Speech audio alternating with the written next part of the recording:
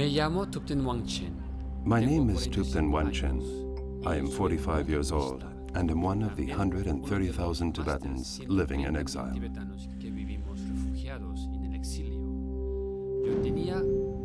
I was 4 years old when my mother was murdered by soldiers during the Chinese repression in Tibet in 1958.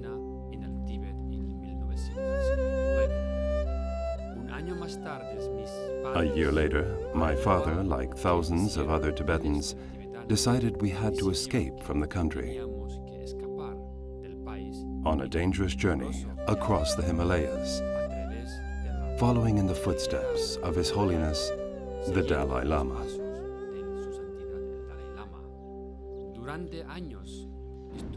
For 6 years, we begged our way around Nepal and northern India, until the Tibetan government in exile took me off the streets and placed me in a boarding school, where I remained until I was 16, when I decided to become a monk.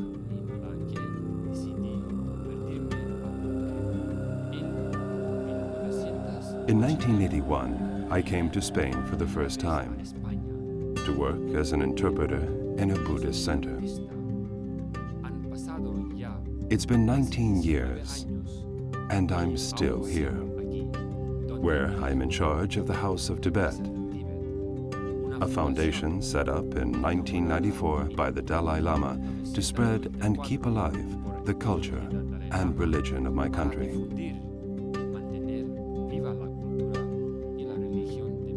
Here, I am free to express my ideas without fear of being tortured.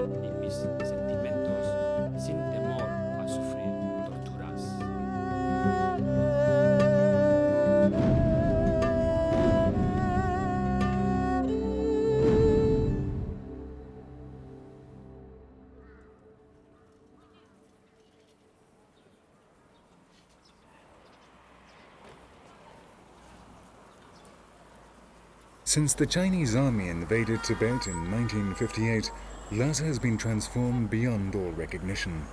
The small feudal city, fabulous and forbidden, has been turned into just one more chaotic metropolis of cement and glass, like all other large Chinese cities, determined not to miss out on progress.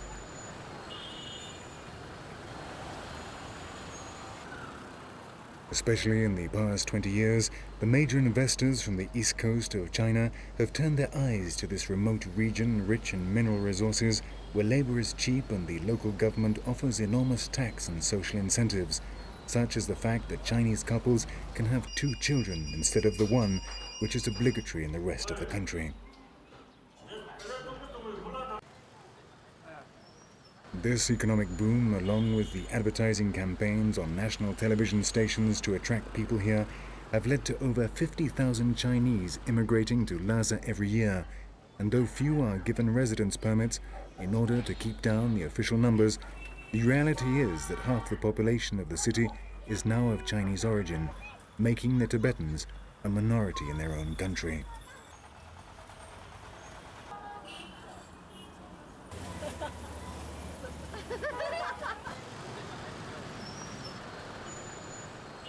For soldiers too, Tibet has become a good place to be posted because here they can earn up to 4 times as much as in the rest of the country.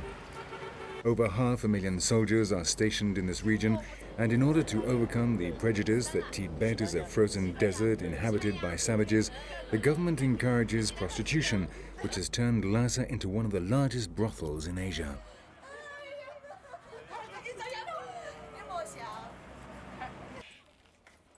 The new settlements built by the state are not sufficient to absorb this growing immigration, and one of the solutions has been to expropriate the spacious Tibetan houses and divide them up into apartments, forcing the original owners to live alongside the Chinese, who in addition act as spies.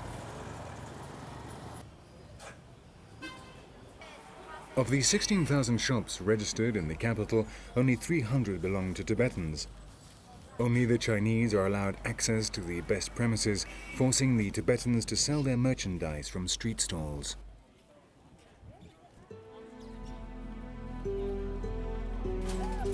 Dozens of cattle breeders and farmers arrive in the city every day, fleeing from the extreme poverty of rural areas.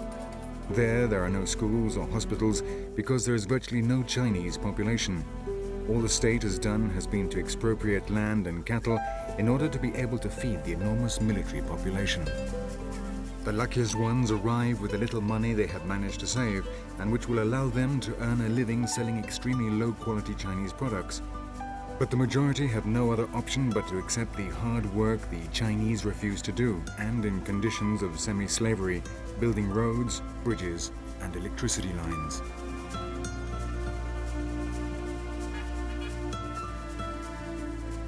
Very few Tibetans are able to make a decent living in this totalitarian, oppressive society where human rights are simply trampled on. And so the streets of Lhasa are full of beggars and hustlers who survive on the few coins they receive from tourists. It is very noticeable that among these homeless, there are virtually no Chinese citizens.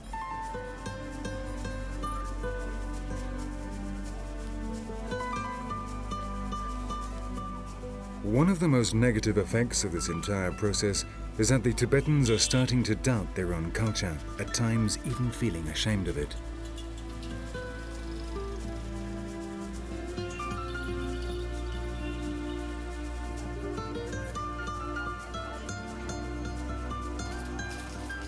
The old district of Barkor is the heart of the city, a Tibetan island in the middle of a Chinese ocean.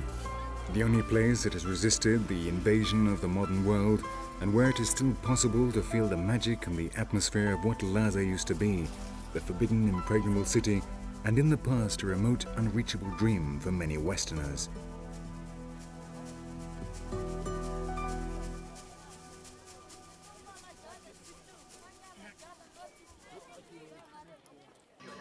At the doors of the tea houses, crowds gather to see the latest production from India.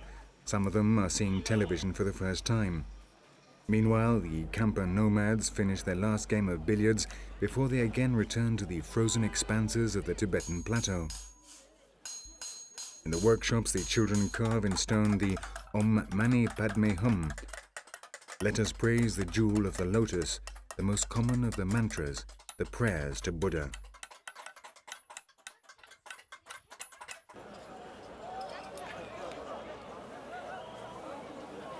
Walking around the streets of Barkor, it's almost as if time had stood still. All around us are vendors and artisans, nomads, warriors, and characters from legend, pilgrims who have come here from the four corners of the country to follow the most important pilgrimage route in the city.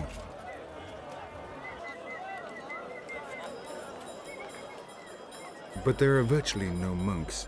The majority have had to flee Tibet in search of freedom alongside the Dalai Lama.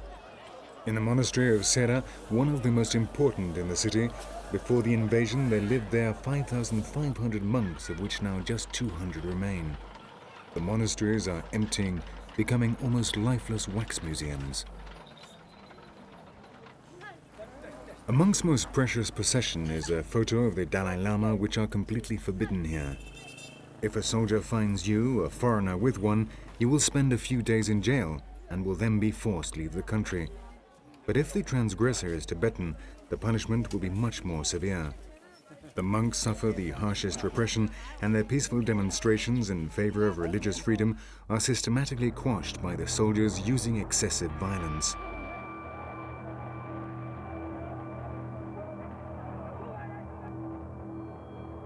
One of the most bloody uprisings took place in January 1989 when the Panchen Lama was found dead just 6 days after having publicly criticized the mistakes committed by the Chinese government.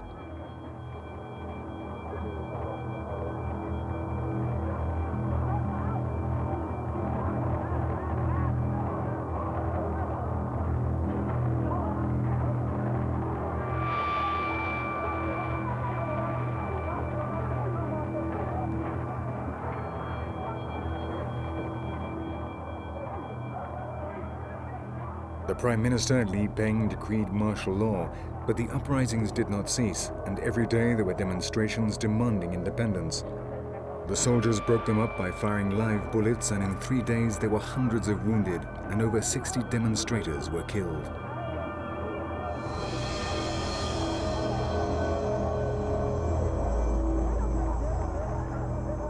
Prisoners are subjected to cruel torture, and in 40 years of repression, 1.5 million Tibetans have died as a direct result of the invasion.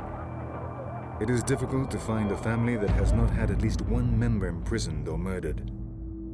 A study carried out by Amnesty International reveals that 70% of prisoners die as a result of beatings, hunger, and the brutal conditions of forced labor to which they are subjected.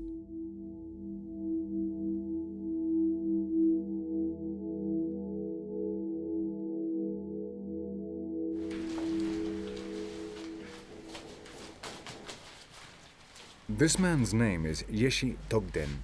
He is 33 years old and runs the Association of Former Political Prisoners in Exile. I was arrested on the 23rd of March, 1989, for participating in a peaceful protest against the occupation. That same day, I was taken to Shanghip No. 4 High Security Prison, where I remained for 6 years. During my time in prison, I was subjected to all kinds of humiliations and tortures.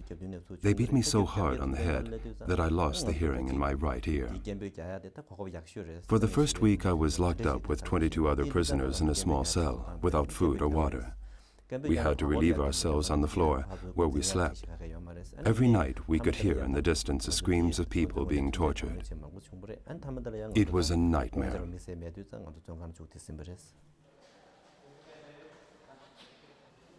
Yesi shows us some of the instruments used for torture. This torch was one of the most common. With it, they hit us on the head and gave us electrical charges on the most sensitive parts of the body, such as the testicles, the mouth, or the forearms. On the 14th of May 1995, Yeshi Togden was released. He had no other option but to escape into exile like thousands of his compatriots before him. This means a dangerous journey on foot lasting 3 weeks across the highest mountains in the world, sleeping during the day and traveling only at night to avoid being seen by the soldiers.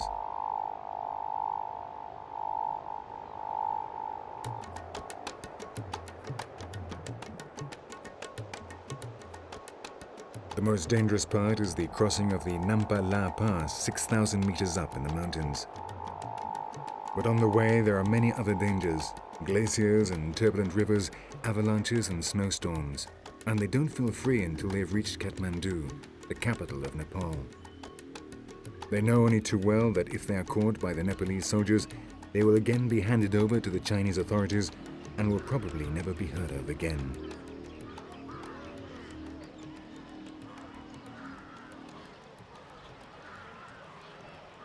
On the outskirts of Kathmandu stands the Exile Reception Center, a small building which provides physical and psychological attention. Here they also help them with the official procedures to achieve political refugee status.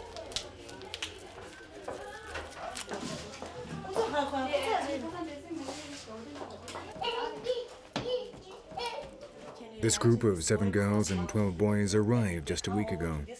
Their faces still reflect the arduous journey, but they are happy. They have reached freedom. The majority have suffered frostbite on their hands and feet, like this boy, who has had to have all his toes amputated. Yes, that's true. We are minority. Economically, too, the price they have to pay is very high. Depending upon the guide, also depending upon the age of people traveling. If it's a young child, like this girl, 11-year-old girl, they charge 1,000 yuan, Chinese rupees, and otherwise 700 to 800 yuan per head they charge. Exit permit. The refugees coming from Tibet, they can stay here for 7 days. In the courtyard of the little clinic, the nurses clean and dress the wounds.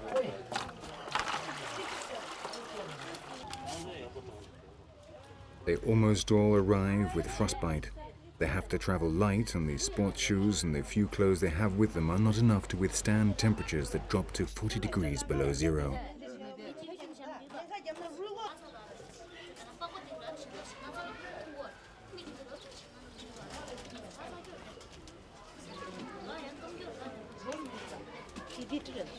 Nima Tenzing is 11 years old. She can barely walk. an eloquent example of the terrible struggle to survive. And then she came in 22nd of January. And when she came from Tibet, on the way, these people been, 22 of them been badly frostbitten. When we were crossing the mountain in Nangbala, lot of snow. One night, they stopped somewhere, the whole night started snowing, and the very next day they traveled in the snow for 5 days. And from the group of 22, 5 people died. Very young people, They were frozen to death, ice. They had no food for 5 days. They were eating only snow. And she was carried by one of the boys. And then, the boy also got frostbitten. And then they couldn't walk the snow was so much. If they had been in the snow for another 1 or 2 days, they might have died also. So from the group, 5 people died in the snow. They slept in the night, morning they were just frozen, completely frozen. These people are so strong, Can you imagine ourselves, all these toes gone, When she came, the toes were just hanging, They are so strong, really. From Kathmandu, the refugees are transferred to the different Tibetan settlements in Indian territory. India is without doubt the country that most helps the Tibetan cause. Of the 130,000 exiles around the world, 100,000 live in India.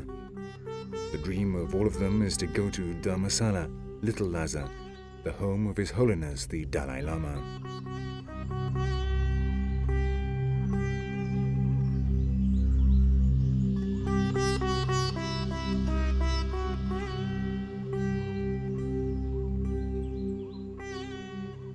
Dharamsala is at an altitude of 1,800 meters in the foothills of the Himalayas.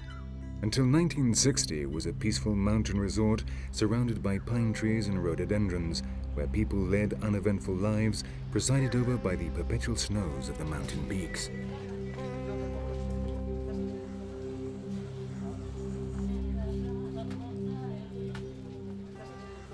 Traveling along the road to Dharamsala, we pass through Indian villages up to just a few kilometers before reaching the city. Then the surroundings suddenly become unmistakably Tibetan.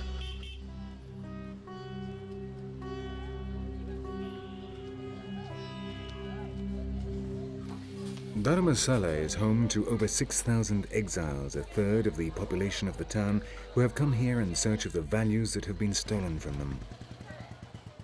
They have adapted perfectly to their new home thanks to the altitude and the relative cool compared to the heat of the plain. They own the majority of hotels, restaurants, businesses, and antique shops.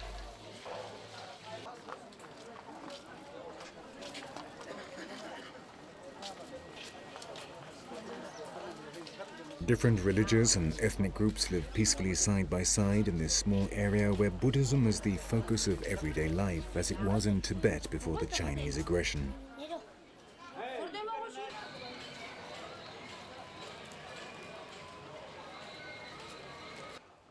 At the end of July, the refugee reception center is almost full. Now is the best time to cross the mountains, and in a few weeks this room will be full to bursting point. Once they have recovered, the different bodies the Tibetan government in exile has set up in the city will take care of finding them somewhere to go. For all these people, yesterday was the happiest day of their lives because they were received by His Holiness the Dalai Lama. Some of them even dare to tell us why they escaped, knowing the danger this places their families in. I lived with my parents in the Chamdo region. One day the government took our land from us and we were forced to move to Lhasa. My father was unable to find work, so I had to start begging. One morning, 3 soldiers came up to me and, without saying a word, beat me so badly they left me blind in one eye. From then on, my only obsession was to get out of Tibet. 90% these refugees coming from Tibet are from the villages and nomadic area where there is no school opened by the Chinese. Chinese have not opened schools in the villages and nomadic area because there are no Chinese. So Chinese have opened schools, hospitals only in the cities where the majority are Chinese.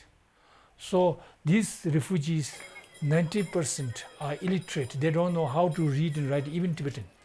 Forget about Chinese or English. They don't know. They have never been to school.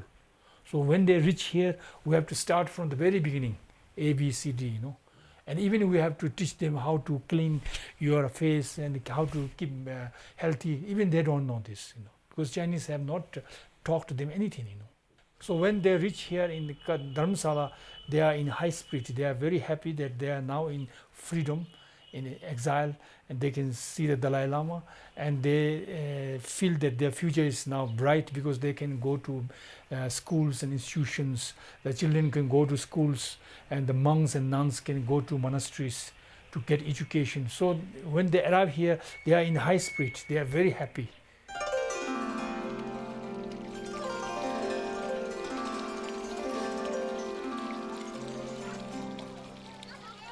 The youngest are ready to be taken to the city of Tibetan children. A boarding school on the outskirts of Dharamsala, where 2,400 boys and girls between the ages of 9 months and 20 years live and study. Half of them are orphans.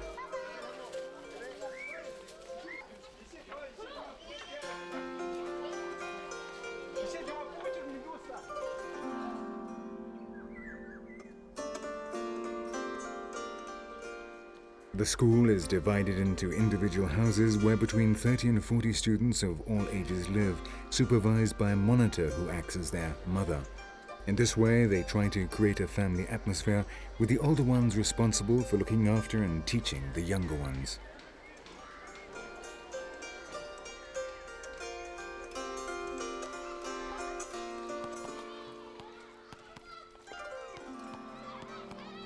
The school was founded in 1960 by a group of nurses led by Tsering Dolma, the eldest sister of the Dalai Lama, in order to provide shelter and education for the children of the first exiles to settle in the province of Himachal Pradesh, who were then working for the Indian government, building roads in appalling conditions.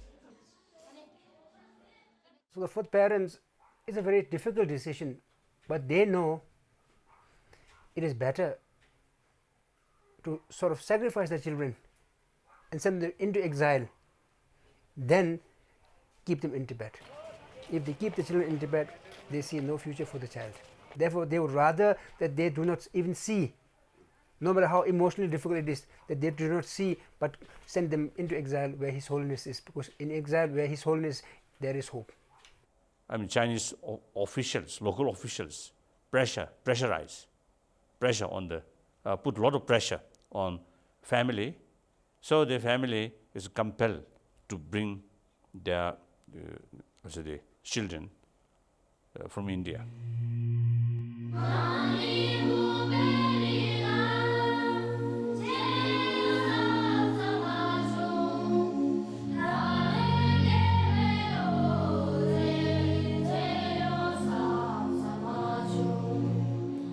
Today, 11,000 Tibetan children receive a good education in the 15 schools scattered around India.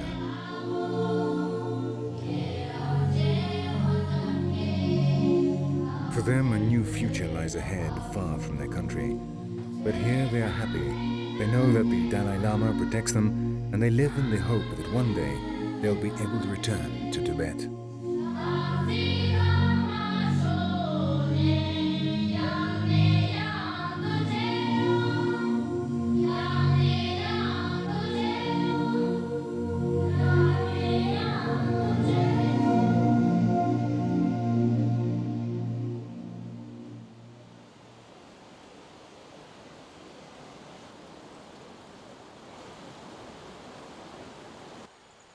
An hour's walk from Dharamsala stands the Adult Education Center, a very different place from the city of Tibetan children. The center was set up in order to provide a basic education for young people over 20 years old.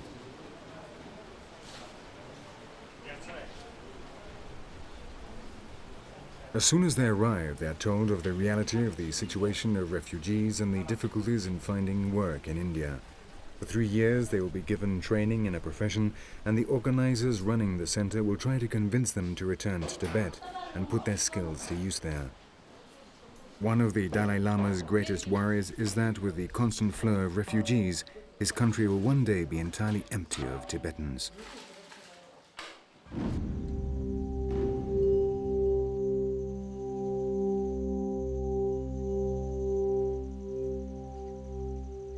Over 300 students live crammed together in old asbestos huts in far from ideal conditions.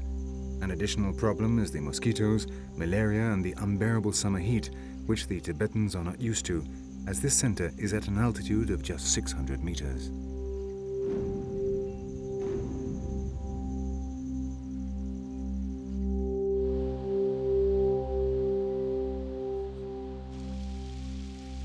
Those students that have artistic skills are sent to the Norbolinka Institute, a traditional style building created to conserve and spread Tibetan art and culture.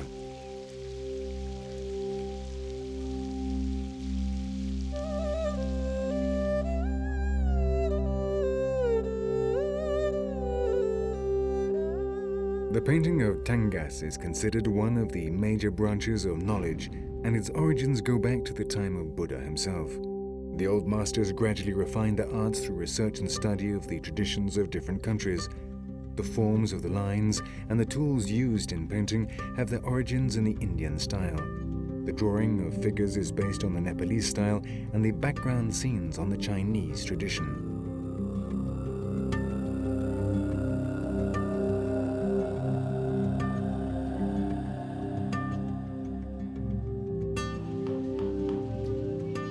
In a different room, the students learn another of their oldest traditions. Tibetan carpenters are famous for their skill with wood, and this can be seen in the magnificent altars and thrones that decorate their monasteries.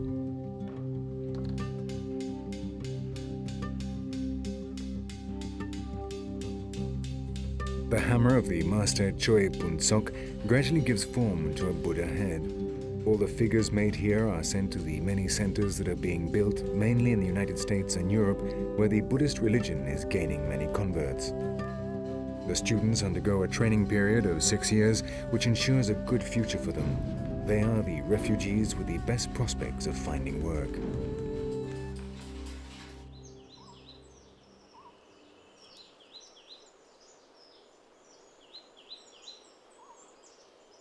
Since the invasion, over 6,000 monasteries have been destroyed in Tibet, and religious freedom is very limited. That is why a large percentage of exiles hope to enter one of the monasteries around Dharamsala. The most important of these is the monastery of Namgyal, which is just a few meters from the official residence of the Dalai Lama. Like every afternoon, the 200 monks here gather together in the covered courtyard to discuss Buddhist philosophy. The master throws a series of questions into the air, which the apprentices must discuss.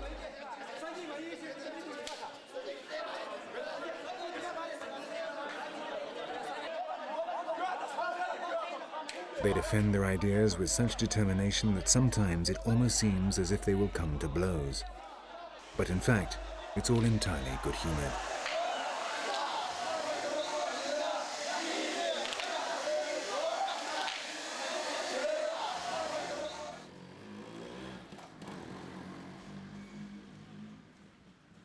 Dharamsala is also the seat of the Tibetan government in exile, with a number of different ministries which coordinate the international campaign against the Beijing government's policy of genocide. Tsewang Tetong is the Minister of Information and International Relations, one of the men with most influence over the Dalai Lama and the first Tibetan who studied abroad. Now this office is Information and International Relations, very similar to the Foreign Office. Since we are in exile, it's difficult to call ourselves Foreign Office. But we do the same work as a Foreign Office, keeping relationship with the outside governments, organizations, NGOs, and as well as the Tibetan community and support groups all over the world. Especially in the last 10 years or so, that Chinese have systematically brought in programs and campaigns to destroy not just the political structure or the political resistance, but also the culture, religion, and identity of Tibetans. Now that is very dangerous. And if we here in the meantime keep saying we want independence, in the meantime, if the Tibetans are killed in Tibet, or if their culture and religion and identities is destroyed, and what is the use of having the land if we do not have a culture, if we do not have people? Similar situation as the native, the Aborigines in North America. There are some small groups that are still there, but they've lost their language, they've lost their culture almost, and they're just there to perform on some ceremonies, some dance and things, but their whole culture of many thousand years is gone. So we are afraid of that might happen to Tibet. In the field of culture and spirituality, they almost something like whether intentionally or unintentionally some kind of cultural genocide is taking place. On the other hand, you see Tibetan spirit inside Tibet, as I mentioned before briefly, very high. And then support from the outside world as a result of getting better awareness. Their support or sympathy, spirit of solidarity also is getting stronger. So therefore things are changing. Many Chinese, outside as well as inside, they're very critical about the current Chinese government policy. More and more Chinese now openly supporting about my Middle East approach. I'm not seeking independence. I'm not seeking separation from the People's Republic of China. Within the People's Republic of China, genuine self-rule. That I consider best way for, safeguard of Tibetan cultural heritage as well as Buddhist spirituality, and also I think best safeguard for unity and stability. To the north of Dharamsala, deep in the heart of the Indian Himalayas, isolated from the outside world, lies a valley in which the essence of Tibetan spirituality and culture is conserved. This valley is known as Little Tibet.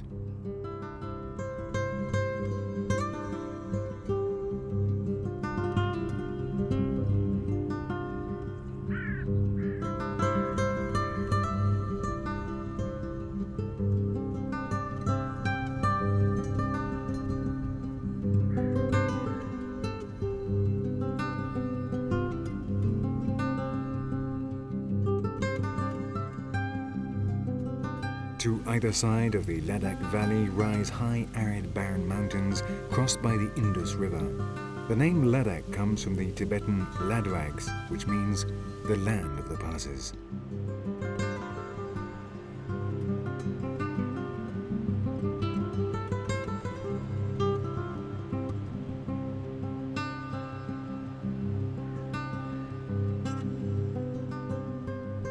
At this point, the river is fast-flowing, running north towards the region of Baltistan and then into the fertile valleys of neighboring Pakistan, across the deep gorges sculpted by the force of its waters, transforming the landscape into a world of incredible, surreal forms.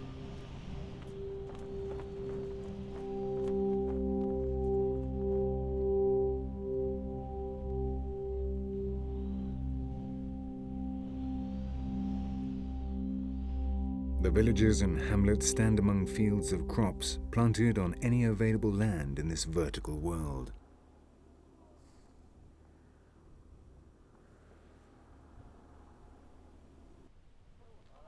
The Ladakhis take advantage of every last piece of fertile land, and at the end of April, when spring is about to arrive, the farmers, helped by the yaks, get the soil ready to sow the barley.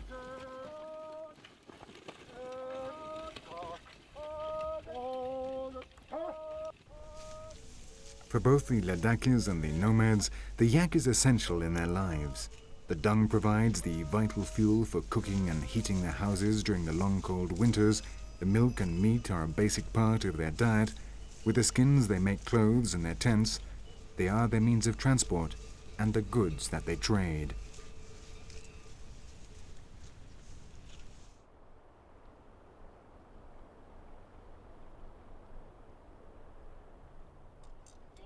The houses are solid constructions in Tibetan style arranged around the monastery. Their thick walls give them a robust appearance despite the poverty and the lack of materials in the region. On the rooftops are the latrines and the larders in which they store the grass to feed the cattle.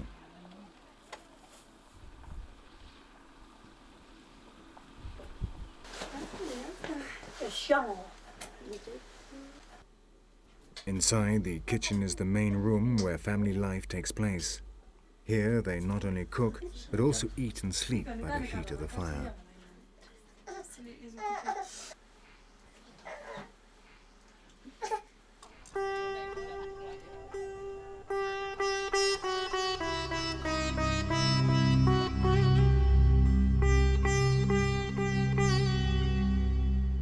Leh is the capital of the Ladakh Valley. The city is presided over by a castle of 9 stories built on the slope of the hill, and though its walls are well conserved, the interior has been ruined and abandoned since 1942, when the Dogra Hindu dynasty annexed the Ladakh Valley to the provinces of Jammu and Kashmir.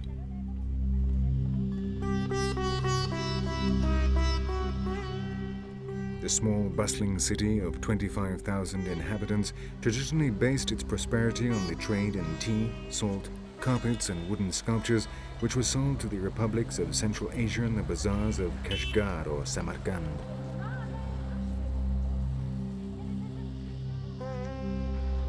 Today, Leh is an important strategic center for India.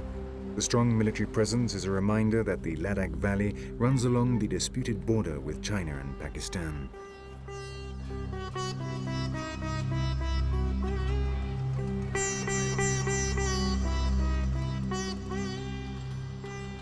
The character of the city has also changed since the valley was opened to tourists in 1974. Since then, over 100 small hotels have been built, and the businesses of the main bazaar have been turned into souvenir shops.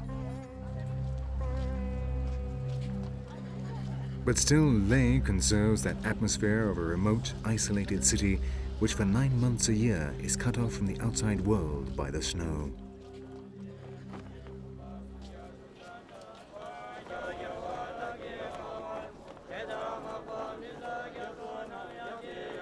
Around the Chortens, the Ladakhis gather to begin a pilgrimage. In such a mountainous country where there are virtually no roads or motor vehicles, walking long distances is part of life, and visiting these sacred places scattered along the routes is a good way to accumulate merits. For the majority of Tibetans, their natural surroundings are full of sacred visions and places of power. The mountains can be seen as mandala images, the rocks reach spiritual dimensions, and the land is full of supernatural powers.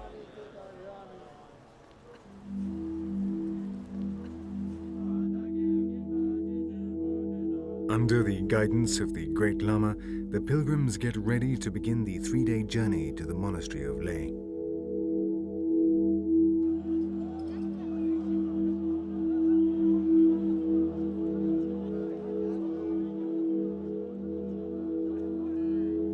The pilgrimage is not just a question of walking to a sacred place and then returning home. Performing chaktsal or prostrations along the route is the best way to demonstrate your devotion. These prostrations follow a fixed sequence. First they clap their hands above their heads, then touch their foreheads and hearts before assuming a position similar to that of Muslims when they pray, and finally lying flat out on the ground with the arms outstretched.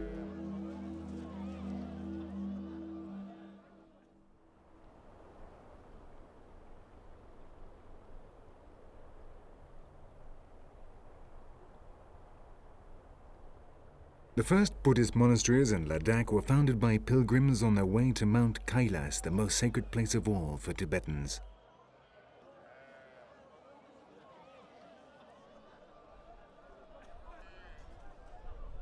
One of the most important monasteries is that of Tikse. This magnificent architectural complex stands on a low hill 17 kilometers upriver from Leh. The monastery was founded in the 15th century by the Gelugpa order, popularly known as Yellowcaps.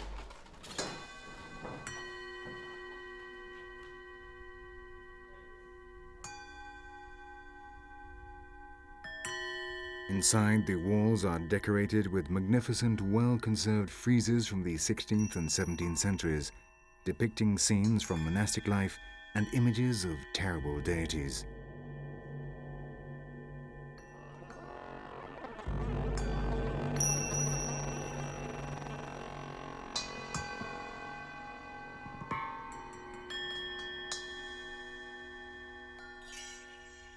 Alongside them, the manuscripts that contain the mantras written on sheets of rice paper are kept in small niches and protected by boards and multicolored cloths.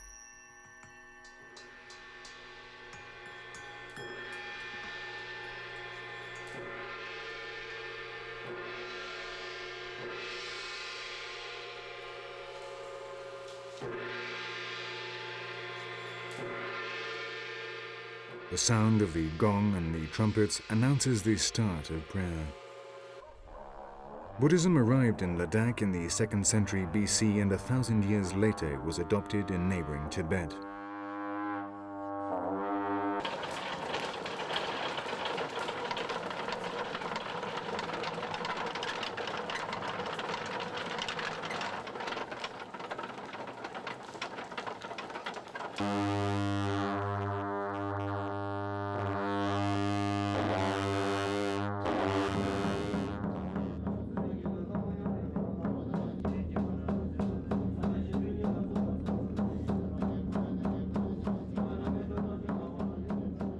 With a slow, monotonous rhythm, the monks recite the mantras, the prayers to Buddha.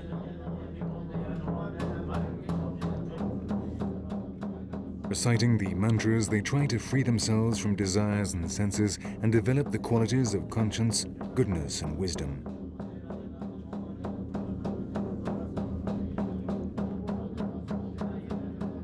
More than a religion, Buddhism is a philosophy or a path. Its aim is to eradicate the pain which is inseparable from existence, shaking free earthly ties through moderation, renunciation, and meditation. In short, to reach nirvana. This state was reached by Buddha 2,500 years ago. Buddha means someone who is awake, and is the achievement of a man called Siddhartha Gautama, who was born in southern Nepal. At the age of 35, after deep meditation, he reached the state of illumination. The rest of his life he spent traveling and spreading his teachings.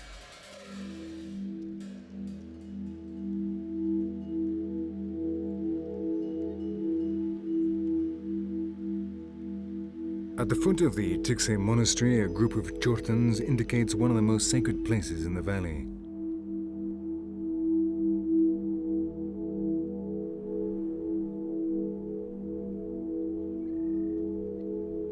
They were built by the royal family in order to fulfill the worthy acts prescribed by Buddhism.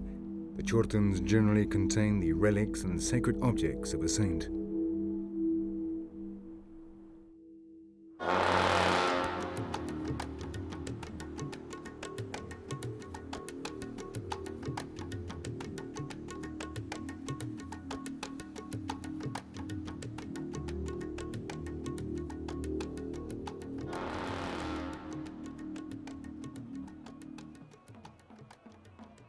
Today is the most important day in the year for the monks of Lamayuru.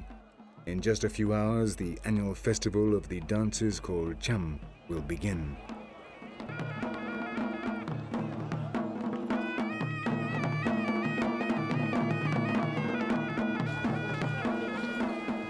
From the first light of the morning, the Ladakhis who have come from all corners of the valley gather in the courtyard of the monastery known as the Chamra, the place for dancing.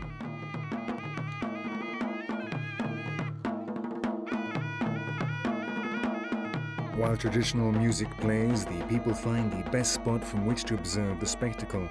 No one wants to miss this great event which is so important in the life of these people. Meanwhile, in a nearby room, the dancing monks make their final preparations.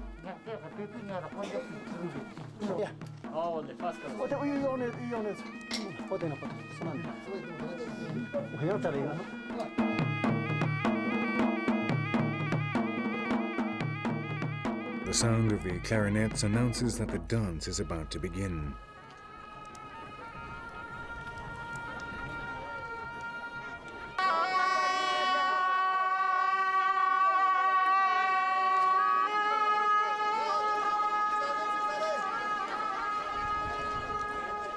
The cham was introduced into Nepal along with Tibetan Buddhism in the 16th century, and its dances represent Buddhists' fear of demons and monstrous creatures, though some anthropologists see the cham as a metaphor of the gradual conquest of the ego, the ultimate aim of Buddhism.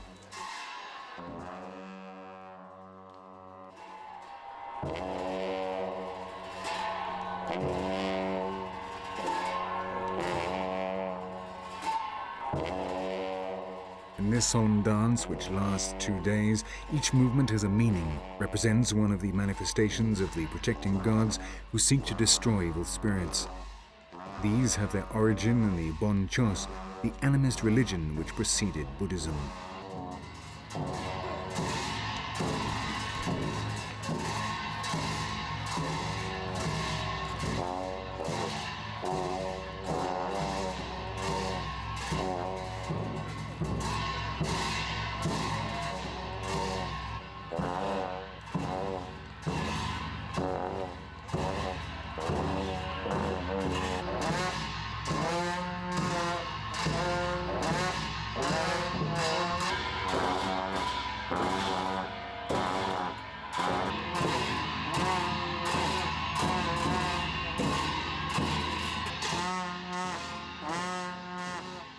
In their left hand, the monks hold a small bowl in the shape of a caravel in which they trap the evil spirits and supernatural forces.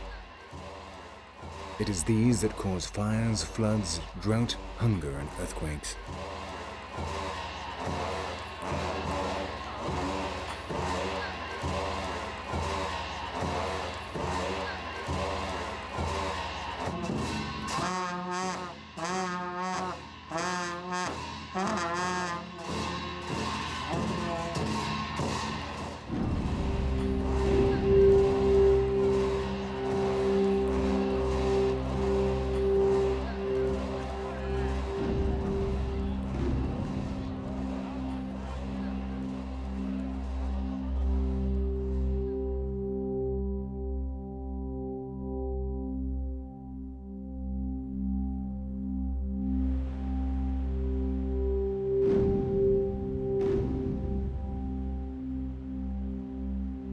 As evening falls, peace returns to Lama Yuru. As every afternoon, Dortsen Sering, the abbot of the monastery, comes out onto the terrace to watch the sun set over the mountains, while he tries to imagine what is happening in the land beyond those peaks.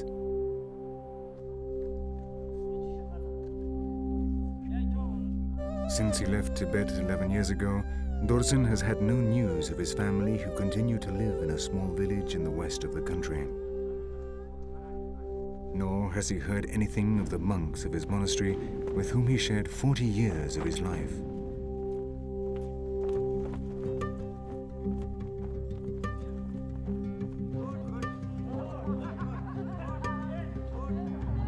But like the majority of refugees, he does not lose hope that one day they'll be able to return to Tibet.